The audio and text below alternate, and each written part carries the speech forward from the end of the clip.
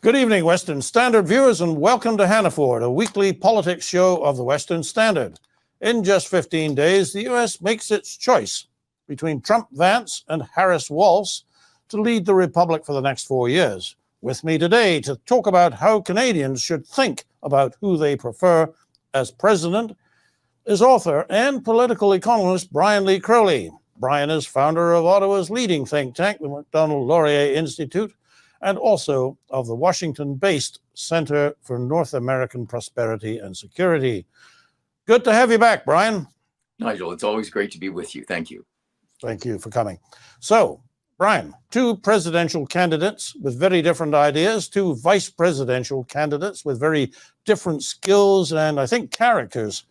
The outcome is hugely important to us, but we have no say in it. How do you think Canadians should think about who they prefer as president of the United States? Well, I think this is a very important question, Nigel. And I have noticed over the years that Canadians have strong preferences often about who they want to see win American elections. And yet I don't think the Canadians think very carefully about how they make their choices, in the sense that my reading of Canadians is if they had a vote, they think they would like to vote for people who would bring in policies that kind of look like Canada in the United States. But, you know, these domestic policy choices are not what is going to affect Canada. I always think that the most important thing is to think about how an American administration will affect the relationship with Canada, because we are, you know, our two societies are so deeply intertwined, especially from an economic point of view. And so, you know, whether or not Americans have, you know, a healthcare system like Canada's or a welfare system like Canada's is kind of really irrelevant to Canada. And I think Canadians would benefit from thinking, you know, more analytically about how an American president would behave towards Canada, rather than how the administration would affect domestic American politics. Well, Brian, given that we can't actually vote, I suppose some people might say, well, what does it matter what we think?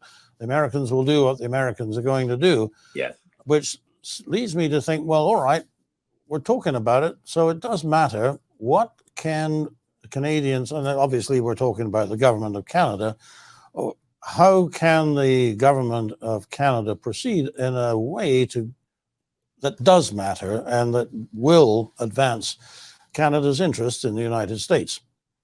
Well, I've been thinking about this quite a lot, Nigel, because as you mentioned, my institute has opened a Washington office, the Center for North American Prosperity and Security. And we did so because we think that the Canada-US relationship is far and away the most important relationship Canada has. I opened this office in part because I think Canada is terribly badly represented in Washington. And I think this because I think the whole philosophy on which our representation is based, now I'm not just talking about the embassy, although the embassy is obviously, you know, right at the forefront of representing Canada in Washington. Mm-hmm. I'm thinking about, you know, the business sector and provincial governments. Many people are represented in Washington. But, you know, I think the whole philosophy behind it, in my experience, has been, you know, don't say anything that will upset the Americans. If there are unpleasant truths about our relationship, and I'll get to what some of those are in a minute. If there are unpleasant truths about the relationship, whatever you do, don't talk to the Americans about them. Try and pretend they don't exist, and always lead with we're your best friends approach, you know, and say somehow because of our historic relationship, you owe us something. You, the Americans, owe us Canadians something. We, you know, you should treat us nicely. And I'm here to tell you, this is a completely mistaken way to relate with the Americans. The Americans don't respect it. They don't like it. It doesn't give us good results. You know, Washington is a very transactional town. And what I mean by that is when you go in for a meeting, whatever's happened in the past is kind of irrelevant. the person on the other side of the desk is sitting there thinking, what is this person going to be able to do for me today? And if they do something for me, I will do something for them. That's how the relationship works in Washington, across every desk you can think of. Well, let's talk about the people on Yeah. the other side of the desk. Yeah. Actually, this is, of all the elections that we've had in the last 20 years, this one's extremely interesting because of the characters of the people that are involved. Obviously, we've seen 4 years of Donald Trump already. We've seen on the campaign trail, and I say on the campaign trail because we didn't see much of Kamala Harris when she was vice president. She's almost an unknown quantity. Yes. But then you have Mr. Walz, who is a not totally unknown quantity north of the border, and J.D. Vance, who I think came to our notice as an author before he came to our notice as a senator. I'm speaking, of course, of the Hillbilly Elegy, which was tremendously successful as a book and as a film. Yes. Now, you know, let's say that Trump wins, and he says, gives us Canada advance. Look after the Canadians. You know, we got other jobs for you, but Canada matters. How do you think we would do with Mr. Vance? He's obviously intelligent. He's very sophisticated. He's also all-American. Is he going to be a sympathetic voice in the administration for Canada? Well, I mean, the first thing to remember is that no matter what job the president gives the vice president, the president is the boss. And nothing will be done that doesn't get the approval of the president. So while the vice president, if given certain kinds of jobs, can obviously put their stamp on it, they can only do so within the constraints of what they think is acceptable to the president. We know, for example, that Kamala Harris was, the so-called border czar. She certainly never rejected that title while she was vice president under Joe Biden, even though she wants to distance herself from it now. And I think one of the reasons she was completely ineffective in that role is because Joe Biden didn't want her to be effective. He wanted to distance himself from, a sort of militant stance on the border, which people associated with Donald Trump. So all of that said, J.D. Vance, he knows something about Canada. You probably know that his roommate at Yale is now a Conservative member of Parliament here in Ottawa. Name names, Brian. Jamil Javani. Okay. And they know each other very well. They're good friends. So J.D. Vance has a pipeline into Canada. I think he's a very smart guy. I think he would, be a lot more thoughtful in terms of how he would perhaps manage the relationship than Trump was. I don't think Trump is a terribly thoughtful guy, but he is a national conservative, which means that J.D. Vance is skeptical about free trade.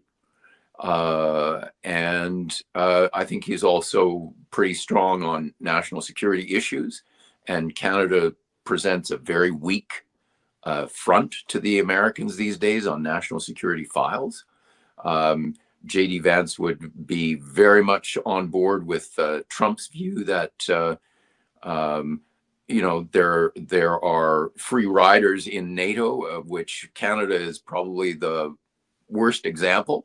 And since NATO involves a commitment by America to defend NATO, its allies in NATO, they want those allies to meet the promises that NATO members are supposed to meet. And Canada has signally failed in this regard. These are all reasons why Canada's stock is extremely low in Washington, and why it's going to be terribly important, whoever is in charge of the Canada file in Washington, that we be able to show up and say, assuming that there's a Trump administration, that we be able to show up and say, look, for the past couple of decades under both conservative and liberal governments in Ottawa, we have fumbled the ball, and we're here to tell you how we're going to fix that.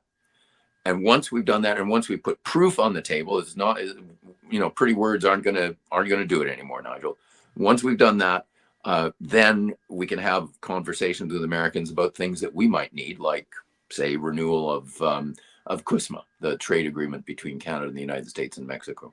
All right, now let's talk about putative President Harris. She has obviously had very little to say about her record as vice president for rather obvious reasons. So do we really know anything about her other than that she was born in into the middle class? Well, we know very little about her. And I think the campaign has struggled very hard to keep us from knowing much about her.